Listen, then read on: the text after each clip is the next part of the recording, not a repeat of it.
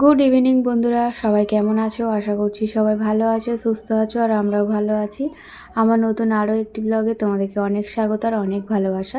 কিছুক্ষণ হলো বাড়িতে এসেছি, তো বাড়িতে আসার কথা ছিল রবিবার বিকালে, তার জায়গায় আজকে হয়ে গেছে বুধবার। প্রায় অনেক দিন ছিলাম বাপের বাড়িতে, তো শুধু বাপের বাড়ি না, মাসির বাড়ি বাপের বাড়ি মানে দুটো দিক মিলিয়ে ছিলাম।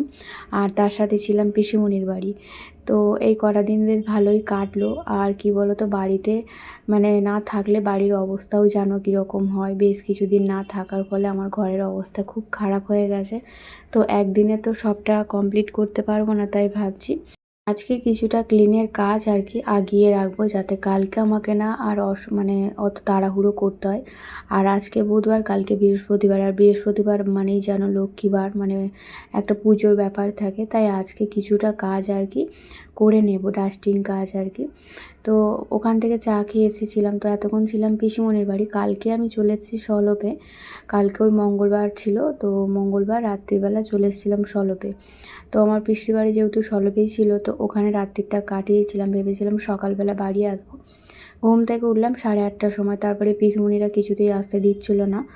আর আজকে এই যে বিকেলবেলা বাড়িতে এলাম, একদম খাবার দাবার তারপরে ফুল সবটাই কিনে নিয়ে বাড়িতে ঢুকেছি। আর এই কয়েকটা দিন হনুমানের এত উৎপাত হয়েছে যে কি বলবো, হনুমানের জ্বালায় ঘর দালান তো খুব নোংরা হচ্ছে। আর তার থেকে বড় কথা হচ্ছে আমার ঘরের টালি মানে অনবরত ভেঙে যাচ্ছে। তো সেদিনকে তো টালি প্রায় মানে কি বলবো পাল্টেছি, নতুন টালি লাগিয়েছিলাম 10টা-12টার মতো। তারপরে ফের একদিন পাল্টেছিলাম। তো কালকেও হনুমান এসেছিলো, আমরা তো বাড়িতে ছিলাম না। তো দেখছি ঘরের চারিদিকে, যেহেতু আমার দালানটা সিলিং করা নেই, তো টালির চালের ওপর যদি নাচানাচি করে যত ধুলো নোংরাগুলো তো সব আমার দালানে পড়বে। তো তাই এসে দেখছি দালানটা অবস্থা খুব খারাপ। আর এমনিতেও প্রচুর ধুলো হয়ে গেছে চারিদিক, আমার বাসন থেকে শুরু করে জামা কাপড়ের র্যাক সবটাই ধুলোতে ভরে গেছে। আর এদিকে এই যে রান্নাবান্না করার তো সময় নেই, যেহেতু ঘরটা একটু পরিষ্কার করতে হবে। তো তাই জন্য রাত্রিবেলায় যে 2 প্লেট মোমো আর 2টো এগরোল কিনে নিয়ে চলে এসেছি, এটা রাত্রিরে খাওয়া হবে। তো চলো ঘরের কাজকর্মগুলো আরম্ভ করে দিই। এই যে বাসনগুলো দেখছো, এগুলো হচ্ছে সেই শনিবারে মেজে রেখে গিয়েছিলাম। তো আজকে এই যে উপর করে নেব, তা কিছুটা বাসন আবার মানে শনিবার উপর করে নিয়েছিলাম, আর কিছুটা ছিল সেগুলো আজকে উপর করে নেব। আর বাসন কয়েকটা মাজার আছে, তো এই আর কি পরে থেকে থেকে ধুলো হয়ে গেছে, সেগুলোই আর কি মাজবো। আর এই ঝুড়ির বাসনগুলো উপর করে আর ওপর দিয়ে একটা কাপড় চাপা দিয়ে রেখেছিলাম, তাই বাসনগুলো খুব একটা নোংরা হয়নি। আর যেগুলো টেবিলের ওপর পড়ে আছে ওইগুলো আর কি মাজতে হবে। কয়েকটা বাসন টেবিলের ওপর ছিল, সেগুলো আর কি মাজবো। টেবিলটা তো সবার প্রথমে মুছে পরিষ্কার করে খাবার দাবারগুলো রেখেছিলাম। টেবিলটাও খুব ধুলো পড়ে গেছিলো। তো আজকে যতটুকু পারবো করে নেব, ঘরে না থাকলে ঘরের অবস্থা তেমন হবেই। তো আজকে যতটুকু পারবো করে নেবো, বাদ বাকিটা কালকে করব। আর এদিকে দেখো না, চারিদিকে ছড়িয়ে ছিটিয়ে জিনিসপত্র পড়ে আছে, মানে বাড়িতে ঢুকে ঘরের অবস্থা এমন দেখে না মাথা গরম হয়ে গেছে। তো এত নোংরা, এত মানে খারাপ অবস্থা, তো আমি ঘর দালান কোনো দিন রাখি না, সব সময় পরিপাটি করে গুছিয়ে রাখি। তাই ঘরের অবস্থা এমন দেখে আগে আমার মনে হচ্ছিলো যে আমি কিচ্ছু কাজ করবো না, আগে ঘরটা পরিষ্কার করব।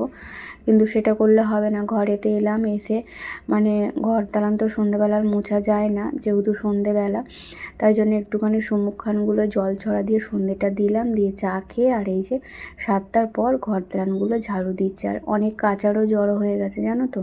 তো মায়ের ওখানে যেগুলো নিয়ে গেছিলাম সেগুলো তো কাচতে হবে। আর মানে আমি আসার পর সন্ধেটা দিয়ে আগে কি কাজ করেছি জানো, আগে কয়েকটা কেচে দিয়েছি। কয়েকটা বলতে শুধুমাত্র মেয়ের স্কুলের জামাগুলো আমি তো রেখে চলে গেছিলাম শনিবারে, ভেবেছিলাম রবিবারে আসবো, সোমবার কেচে দেবো। কিন্তু আমি যেহেতু আসতে পারিনি, তো কালকে মেয়ের স্কুল আছে, প্রজেক্ট জমা দিতে যেতেই হবে আর কি। তাই আর কি এসে আগে স্কুলের জামাগুলো কেচে দিয়েছি, ওগুলো বাইরে মিলে দিয়েছি।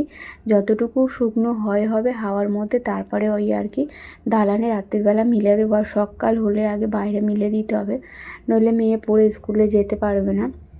আর ঘর দালান ঝাড়ু দেওয়ার পরও না একদম সাদা হয়ে আছে ধুলোতে, কিন্তু আমি তো আর এখন মুছতে পারবো না। মুছলে মোছা যায়, আবার তো সেই সকালবেলা মুছতে হবে, তাই আর মুছলাম না। শুধুমাত্র ঘরটা ঝাড় দিয়ে রেখে দিলাম, কালকে সকালবেলা মুছে নেব। আর এই যে কয়েকটা বাসনগুলো ছিল সেগুলো আর কি ধুলো পড়েছিল, ধুয়ে নিলাম। আর চায়ের বাসনগুলোও ধুয়ে নিলাম, ওগুলো আর মাজলাম না, শুধুমাত্র লিকার চা হয়েছে। তো মাঝে মধ্যে এরকম আর কি করি জানো তো, যখন অনেক কাজের চাপ থাকে তখন এই চায়ের বাসন আরে থাকলে না তখন আর মাজি না, এমনি ধুয়ে নিই। তো ঘরে তো কাজ অনেক আছে, সেই জন্য আর কি রান্নাবান্নার কোনো রকম ঝামেলা রাখিনি, খাবার দাবারটা কিনে এনেছিলাম। তো আমার একদমই শরীরটা ভালো না, মানে কয়েকদিন ধরে রিচ খাওয়া দাওয়া হয়ে গেছে, রিচ বলতে মাংস টাংস খাওয়া হয়েছে কয়েকদিন ধরে। তাই শরীরটাও কীরকম খারাপ খারাপ করছে, মানে পেটের অবস্থাটা খারাপ খারাপ করছে। তো আমার হাজব্যান্ড আর কি আমাকে না জিজ্ঞাসা করেই খাবার দাবারগুলো কিনে এনেছিল, আমাকে আর কি বলেনি যে বাইরে থেকে খাবার আনবে, এটুকুটা আমি জানি, কিন্তু এই যে এত রকম কিনে আনবে আমি জানি না। জানলে হয়তো আমি বারণ করতাম। আমার শরীরটা একদমই ভালো না, মনে হচ্ছিলো যে শুধু শুকনো মুড়ি খেয়ে শুয়ে পড়বো। কিন্তু এত কিছু খাবার দাবার এনেছে, সেগুলো তো না খেলে আবার নষ্ট হবে। তারপরে ওই যে গাছগুলো অনেক দিন জল দেওয়া হয়নি, তো গাছগুলো ঘরে বাইরের সমস্ত গাছে জল দিলাম, দিয়ে এখন এই যে সবজি কাটতে বসে পড়েছি। কালকে ভাবছি মেয়েকে ভাত খাইয়ে স্কুলে পাঠাবো। তো প্রত্যেক দিন না, মানে এক সপ্তাহ হয়ে গেল স্কুলে খাবার খেয়েছে ওই সোয়াবিনের তরকারি আর খিচুড়ি, তাই জন্য আজকে ভেবেছি এই যে সবজি কেটে রেখে দিচ্ছি, কালকে সকাল সকাল উঠে রান্নাটা করে দেবো, মেয়ে তবু একটু খেয়ে যেতে পারবে। আর এখন থেকে ভাবছি এরকম করেই দেবো রান্না বান্না, কারণ মেয়েটার না খুব অসুবিধা হয়।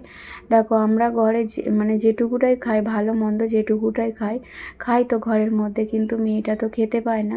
তো সেই জন্য না আমার এত খারাপ লাগে, আমি নিজে খেতে পারি না। ঘরে যদি একটু ভালো মন্দ কিছু রান্না করি, খেতে বসে না সেটা খেতে পারে না। মেয়েটার কথা আমার খুব মনে পড়ে, যে মেয়েটা খেলো না, মেয়েটা ঘরে ভাত খেলো না, আমি খাচ্ছি, এরকম একটা মনে হয়। তাই ভাবছি মানে যে কদিন খেয়েছে এখন থেকে ভাবছি ঘরের খাবারই ওকে দেবো, আর মানে একটু টিফিন বানিয়ে দেবো স্কুলে খাওয়ার জন্য। এখন তার হাফ ছুটি হবে না, মানে কালকে থেকে একদম যেমন স্কুল হয় 3:20তেই ছুটি হবে।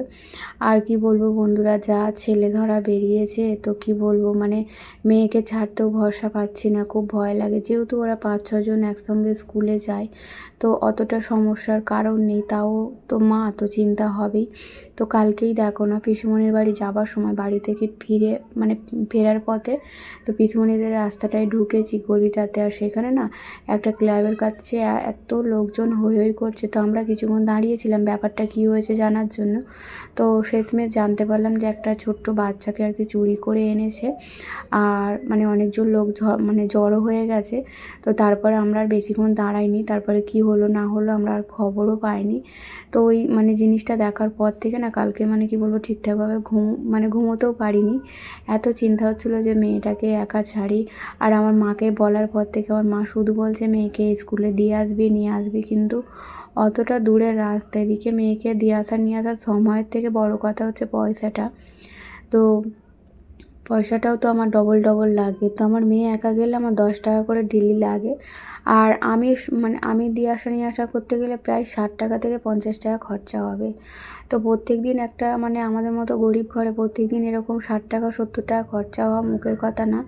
ইনকাম যদি থাকতো তাহলে আর সে মানে পয়সার ব্যাপারটা আর ভাবতাম না, কিন্তু ইনকাম যেখানে কম সেখানে তো আমাকে একটু বুঝে শুনে চলতে হবে। সবটা এরকমভাবে মানে খরচ করে উড়িয়ে দিলে চলবে না, সংসারটাও আছে, তারপরে মেয়ের পড়াশোনার খরচ আছে, তারপরে একটু ভালো মন্দ খাবারও আছে। তো শুধুমাত্র মেয়েটার জন্য, আমাদের কথা ছাড়ো, মেয়েটাকেও তো মাঝে মধ্যে একটু ভালো মন্দ কিছু না করে দিলেও, যেহেতু ছোটো, তো ও মানে বন্ধুদের সঙ্গে যা আসা করে, স্কুলে একসঙ্গে টিফিন খায়, সবাই ভালো মন্দ টিফিন নিয়ে যায়, ওকে যদি না একটু ভালো কিছু করে দিই ওর তো মনটা খারাপ হবে। তো সেই জন্য আর কি ভাবছি যে সবাই তো যায় একসঙ্গে, আমাদের পাড়া থেকে অনেক বাচ্চা কাচ্চা যায়, আর আমার মেয়েরা যায় 5-6 জন মিলে একসঙ্গে যায়। তো সেই জন্য আর মানে কি বলবো অতটা মানে ভয় তো লাগছে, টেনশানও হচ্ছে, কিন্তু তাও আর কি মনকে শক্ত রেখে আর কি পাঠাতে হবে। তো তারপরে এই যে দেখো দালানটা তো পরিষ্কার করলাম, তবে সবটা করতে পারিনি, যতটুকু পেরেছি করেছি, তারপরে বাদবাকি কাজটা কালকে করব। আর রান্নাঘরে এলাম পরিষ্কার করব বলে, তবে সবটা করতে পারিনি, কিছুটা করেছি। তো সবার প্রথমে একটাই পরিষ্কার করছিলাম, আর এগুলো তো একদম মানে হাত দেওয়া যাচ্ছে না, এত তেল ছিটে হয়ে গেছে। তো এগুলো এখন আপাতত এমনি মুছে নিচ্ছি, পরে একদিন ভালো করে সাবান দিয়ে ভালো করে আর কি মেজে পরিষ্কার করতে হবে, কারণ এখন আর সময় হবে না, কারণ আমি কাজ নিয়ে চলে এসেছি, আমাকে কাজ মানে কাজের প্রতিও আমাকে সময় দিতে হবে।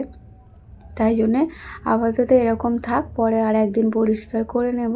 আর ভেবেছিলাম পুরো এই র্যাকটাই পরিষ্কার করে নেব, মানে আটা ময়দা যেখানটা থাকে ওই জায়গাটাও পরিষ্কার করব ভেবেছিলাম, কিন্তু সময় হয়ে ওঠেনি। এদিকে রাত্রি হয়ে যাচ্ছে, খাওয়া দাওয়ার একটা ঝামেলা আছে। তারপরে এই যে মেয়ের প্রজেক্ট আছে, তো মেয়ে এতক্ষণ বসে বসে প্রজেক্টটা কমপ্লিট করলো। আর এখন বাকি আছে মলাট করতে হবে। আর কালকে যেহেতু জমা নেবে, তো আজকের মধ্যে কমপ্লিট না করলে কালকে সকালবেলার সময় হবে না। তো তাই জন্য আর কি পিসির বাড়ি থেকে চলে আসা, নইলে পিসিমণিরা আজকে বলেছিল থাকার কথা।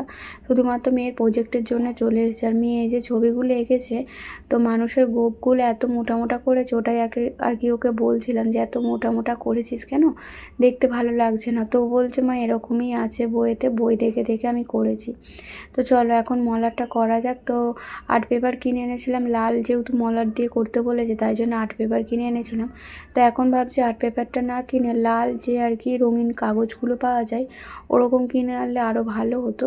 তো এমনি মলাট করে দেবো, জানো তো এখনও বলেনি যে পিন মারতে পারবো কি না, কিংবা মারা যাবে কি না। তো ওদের স্কুল থেকে যদি বলে যে মলাটের পর পিন মারা যাবে, তাহলে আর কি পিন মেরে দেবো, নইলে এরকম সিম্পল মলাটটাই রেখে দেবো, বেশি কিছু করবো না। যেহেতু এটা প্রজেক্টের খাতা, এতে বেশি কিছু করা যাবে না। আর নামটাম একদম ভেতরের পাতায় লেখা আছে, বাইরে কিচ্ছু করবো না, এরকম সিম্পলই থাকবে। আর প্রজেক্টের খাতাটা আর একটু পাতলা হলে ভালো হতো, খুব মোটা হয়ে গেছে আর বড় হয়ে গেছে। ম্যাডাম বলেছিল চটি খাতা নিতে একদম পাতলা, কিন্তু ও যেহেতু ছবি আঁকবে, চেপে চেপে ছবিগুলো আঁকবে, তাই জন্য আর কি একটু মোটা না নিলেও আঁকতে পারবে না, তাই জন্য মোটা নেওয়া হয়েছে। তো চলো এখন তো মলাটটা হয়ে গেছে, প্রায় 9:30 মতো বাজে। খাওয়া দাওয়া তো করতে হবে, মেয়ের খিদে পেয়ে গেছে, আমার খিদে খুব একটা পায় না, কিন্তু অনেকটা রাত্রি হয়ে যাচ্ছে। আমরা যেহেতু 9টার মধ্যে খাওয়া দাওয়া করে নিই, তো এখন বাজে 9:30 থেকে 9:45। তো এই যে মোমো স্যুপটা এনেছিল ওটাই আর কি এখন একটু গরম করে নিচ্ছি। স্যুপটা গরম না হলে খেতে ভালো লাগবে না। এটা যদি ঘরোয়া স্যুপ হতো, মানে আমি যদি ঘরে বানাতাম তাহলে আমি খেতাম। এটা যেহেতু দোকান থেকে এনেছে আমি একদমই খাবো না, কারণ আমার দোকানের সব কিছু না ভালো লাগে না। বিশেষ করে মাংস জিনিসটা আমি একদমই খেতে পারি না দোকানে। আর মাছও খেতে পারি না, একমাত্র ডিমটা খাই, তাও অনেক আর কি এ করে করে খেতে হয়, খুব একটা ভক্তি করে খেতে পারি না আমি। সবজি ভাতটাও তবু খাই, কিন্তু ডিম মাছ মাংস হোটেলে একদমই খেতে পারি না। তো যাই হোক ওদের দুজনকে এই স্যুপটা দিয়ে দিচ্ছি, আর আমি শুধুমাত্র এগরোল খাবো। আর দোকানের মোমোটাও আমার খুব একটা ভালো লাগে না, জানো তো। আমি ঘরে বানাই, আমি খুব শান্তি করে খাই। তো চলো খাওয়া দাওয়া করার পরে এই যে দেখো মেয়ের স্কুলের ড্রেসগুলো বাইরে শুকনো করতে দিয়েছিলাম, সেগুলো এখন তুলে দালানে মিলে দেবো। ওর বাবা আর কি শুয়ে পড়েছে, এখন মেয়ে আর আমি বাকি আছি। তো চারিদিক ব্যবস্থা না করে মানে না করলে তো শোয়া যাবে না। তো গেটে তালা দেবো, এই জামা প্যান্টগুলো মিলবো, তারপরে রান্নাঘরের জানালা বন্ধ করব, তারপরে আর কি শুতে পারবো। তো আজকে আর কিচ্ছু মানে এনার্জি নেই, জানো তো, মানে এত ঘরের কাজ করে ফেলেছি। তো তোমরা হয়তো দেখছো এইটুকুটা ব্লগের মাধ্যমে, কিন্তু অনেকটা সময় লেগেছে, তাই আর মুখ হাত পা ধুলাম না আজকে আর, মানে স্কিন কেয়ারও আজকে আর করতে পারলাম না। আর কিচ্ছু ভালো লাগছে না, মনে হচ্ছে এবার একটু শুয়ে পড়লে ভালো হয়। তো চলো সব তো কাজকর্ম হয়ে গেছে, আজকের ব্লগটা এই পর্যন্তই, দেখা হবে নতুন ব্লগে। সবাই ভালো থেকো, টাটা।